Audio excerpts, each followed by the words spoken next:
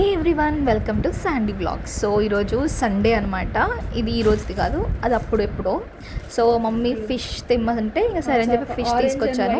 So fish తీసుకొచ్చి నాకు ఆ స్కేల్స్ ఆ బ్లాక్ ఉంటే నాకు అస్సలు నచ్చదు అనమాట. సో అంతా పని కట్టుకొని మరీ క్లీన్ చేస్తున్నాను. సో దానికోసం ఫ్రై అనమాట మనది. సో దానికోసం కొన్ని మిరియాలు, పచ్చిమిర్చి, ఎండుమిర్చి, జీలకర్ర అండ్ కొంచెం చెక్క వేసుకొని జస్ట్ ఫ్రై చేసుకొని మిక్సీ పట్టుకోవడమే అంతే.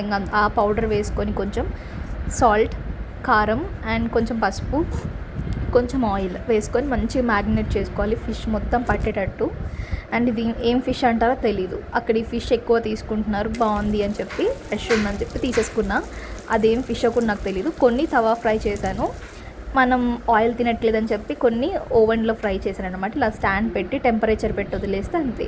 దానికి కాంబినేషన్ రసం అండ్ ఫ్రై చేసుకున్నాం. సూపర్ ఉంది.